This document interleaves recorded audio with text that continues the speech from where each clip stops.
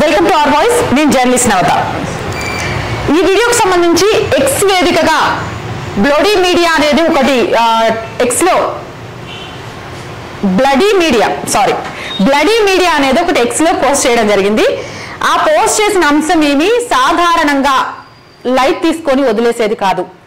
YouTube వేదికగా Bangladesh YouTuber అక్రమంగా ఎలాంటి వీసా పాస్పోర్ట్ లేకుండా భారత్లోకి ఎలా ప్రవేశించాలి అనే విషయాలను తెలియజేస్తూ భారత సెక్యూరిటీకే భంగం కలిగించే విధంగా తన యూట్యూబ్ లో పోస్ట్ చేయడం జరిగింది. ఇది ఎట్లాగైనా సరే ప్రధాని నరేంద్ర మోదీతో పాటు సెంట్రల్ గవర్నమెంట్ కు చేరాలి, ఆ యూట్యూబర్ మీద యాక్షన్ తీసుకోవడమే కాదు ఇల్లీగల్ గా ఎలా భారత్ లోకి ఆక్రమిస్తున్నారు వచ్చేస్తున్నారు అనే విషయాన్ని తెలుసుకొని ఆయా స్థలాలలో కట్టుదిట్టమైన భద్రత ఏర్పాటు చేయాలి.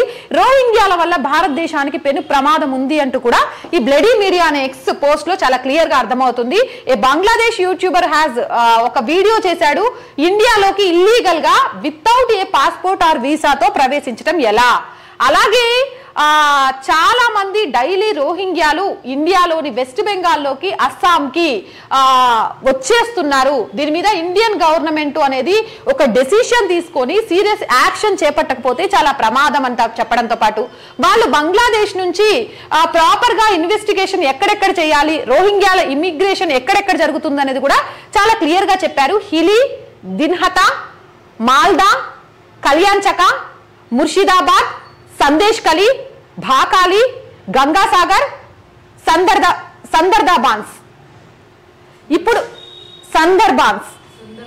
సుందర్బన్స్ దీని మీద ఇమీడియట్ గా యాక్షన్ తీసుకొని ఒక సర్క్యులర్ జారీ చేయాలి. ఇలా ఒక గ్రాఫ్ ద్వారా ఎలా వెళ్ళొచ్చు అని చెప్పడం మీద ప్రభుత్వాలు కఠిన చర్యలు తీసుకోవాలి అనే చెప్తున్నారు. అసలు ఈ వీడియో ఒకసారి మీ అందరి కోసం కొంతే చూపిస్తా, ఎందుకంటే నాకు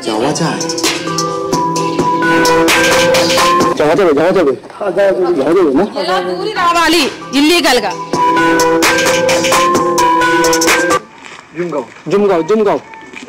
এখন আসি আমরা জুমগাঁওতে।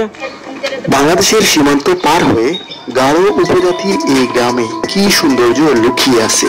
ভারত বাংলাদেশ সীমান্তে অনেক সৌন্দর্য লুকিয়ে আছে, সেই সাথে এই সীমান্ত দিয়ে অনেক কিছুই বাংলাদেশে অবৈধভাবে প্রবেশ করে।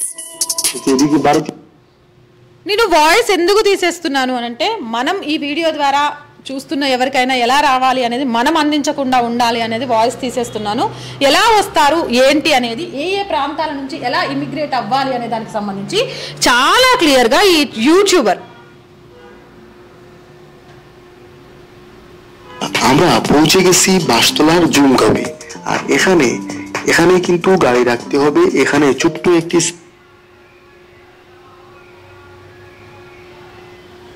ఎక్కడ దిగాలి, ఎక్కడి నుంచి ఎలా వెళ్ళాలి, వేటి నుంచి దూరి వెళ్ళాలి, బార్డర్ లో ఉన్న వాళ్ళని తప్పించుకోవడం ఎలా, ఇవన్నీ కూడా ఎంత క్లియర్ గా ఎక్స్ప్లెయిన్ చేస్తున్నాడు అంటే উপরে উঠছি, গিয়ে দেখবো কি আছে এই জুমগাঁওয়ে। চলুন।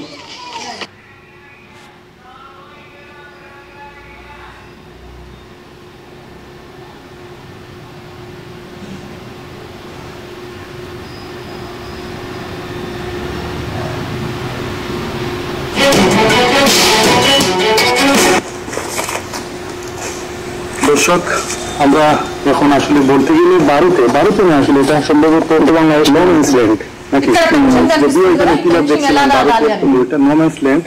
আর ওই যে দেখা যাচ্ছে ভারতের যে আসলে কাঁটাতারের বেড়া আপনারা হয়তো দেখছেন, ওই যে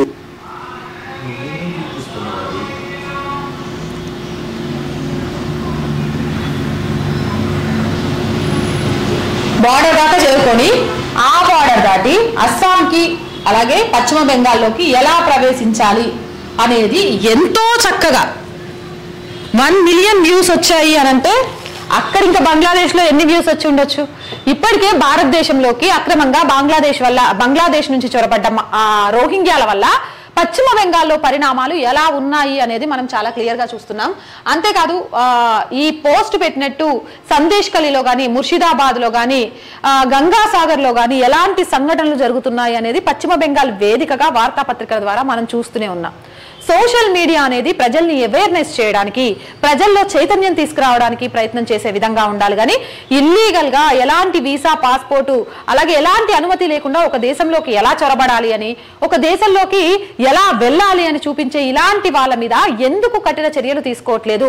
ఈ వీడియో మీద అటు సోషల్ మీడియా అంటే యూట్యూబ్ కానీ, ఎక్స్ వేదిక కానీ ఎందుకు నిషేధం విధించలేదు? అండ్ సెంట్రల్ గవర్నమెంట్ దీని మీద ఖచ్చితంగా కూడా ప్రత్యేక దృష్టి పెట్టి ఈ యూట్యూబర్ కి తగిన శిక్ష వేయడమే కాదు, ఏవైతే ఇక్కడ 9 ప్లేసెస్ గురించి చెప్పారో ఆ 9 ప్లేసెస్ లో కూడా ఇలా ఇల్లీగల్ గా ఎలాంటి వీసా, పాస్పోర్ట్ లేకుండా వస్తున్నారు కాబట్టి అలా రాకుండా ఉండేందుకు కట్టుదిట్టమైన భద్రతా చర్యలను చేపట్టాల్సిన అవసరం ఉంది. ఇప్పటికే పశ్చిమ బెంగాల్లో జరుగుతున్న ఘోరాలు రోజుకొకటి మనం చదువుతూనే ఉన్నాము. అలాంటి ఘోరాలు అస్సాంలో కూడా మొన్నటికి మొన్న అస్సాం సీఎం హిమంత బిశ్వ శర్మ కూడా చెప్పారు, 12% ఉండే వాళ్ళు 40% పెరిగిపోయారు. ఇలాంటి వాళ్ళే పరాయి దేశం నుంచి గుట్టు చప్పుడు కాకుండా ఈ దేశంలోకి వస్తే వాళ్ళను ఓటు బ్యాంకు రాజకీయాల కోసం అక్కడున్న రాజకీయ పార్టీలు వాడుకోవడంతో వీళ్లకు విచ్చలవిడితనం అనేది ఎక్కువైంది. ఈ విచ్చలవిడితనాన్ని కంట్రోల్ చేయాల్సిన అవసరం ఉంది. ఇది చావో రేవో తేల్చుకోవాల్సిన సమస్య అని కూడా మాట్లాడారు హిమంత బిశ్వ శర్మ. ఇప్పుడు ఇక్కడ ఈ వీడియో చూస్తుంటే చాలా క్లియర్ గా, సారీ నేను మొత్తం ప్లే చేయలేకపోయాను, మధ్య మధ్యలో కూడా మీకు ఎందుకు వాయిస్ వినిపించాను అంటే ఎంత చాలా క్లియర్ కట్ గా తను తెలియజేస్తున్నాడు అనేది చెప్పడం కోసం మాత్రమే. సో కేంద్ర ప్రభుత్వం, నరేంద్ర మోదీ, సెంట్రల్ గవర్నమెంట్ కూడా దీని మీద దృష్టి పెట్టాల్సిన అవసరం ఉంది. ఖచ్చితంగా కూడా దీని మీద యాక్షన్ తీసుకోవాల్సిన అవసరం ఉంది. లేకపోతే భారతదేశానికి పెను ప్రమాదంగా ఈ రోహింగ్యాలు మారే అవకాశం ఉంటుంది అని చెప్పడంలో ఎలాంటి అతిశయోక్తి కూడా లేదు. మీరేమంటారు? కామెంట్ సెక్షన్ లో పెట్టేయండి. మోర్ వీడియోస్ కోసం మన ఛానల్ వెంటనే సబ్స్క్రైబ్ చేయండి. నచ్చితే లైక్ చేయండి, షేర్ చేయండి, సపోర్ట్ చేయండి. జై భారత్.